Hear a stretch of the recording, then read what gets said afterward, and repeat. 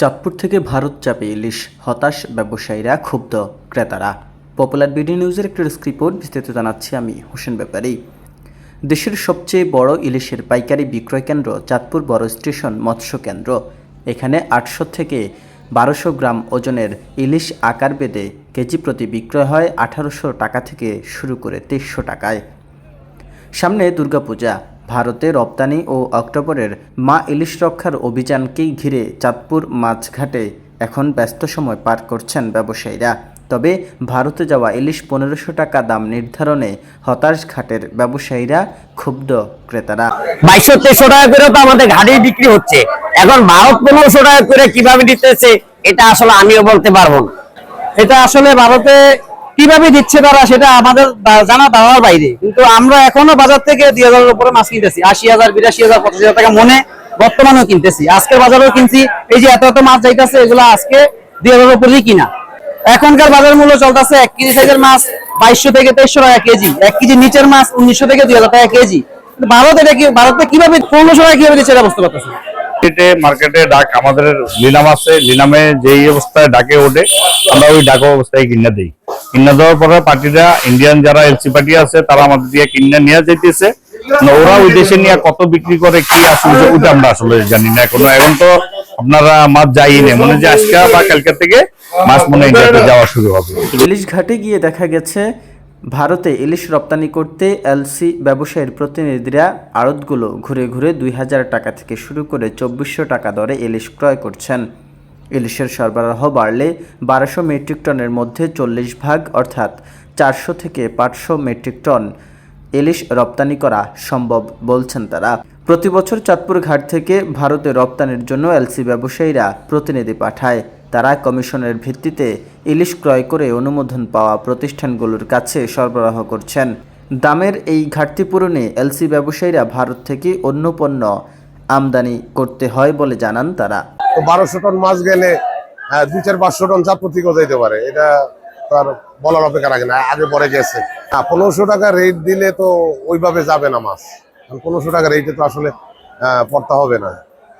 আমি বললাম 2200 টাকা 2300 টাকা রেট চলে, 1500 টাকা রেটে কিভাবে যাবে? মাছের সাইজ থাকবে 800 প্লাস আর কেজি প্লাস, দুইটা গ্রেডে মাল। একটা হলো 800 প্লাস মানে কেজির নামায়, আর একটা হলো কেজি প্লাস মানে কেজির উপরে। দাম এবার গত বছরকার নেয় এবার একটু বেশি দাম, একটু বেশি। এখানে আমরা মাল কিনতেছি 2000, 2100, 2200 টাকা। ওই টাকা হিসেবে তাদের বার্তা হিসেবে যায় ওই জায়গায় বাড়ে, আর আপনার বাংলা টাকা আর ইন্ডিয়ান টাকায় যায় ওখানে যায় বাড়ে। বাড়তে গিয়ে তারা কি করে, এখানে এই পণ্যটা পাঠায়, আরেকটা পণ্য তারা আনে।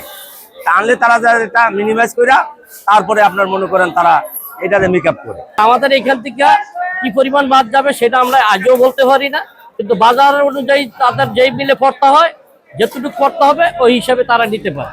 তবে ইলিশের দাম বেশি স্বীকার করে সরকারের বেঁধে দেওয়া দামে খুচরা ও পাইকারি বাজারে প্রভাব ফেলবে না বলে জানান ভোক্তা অধিকারের এই কর্মকর্তা।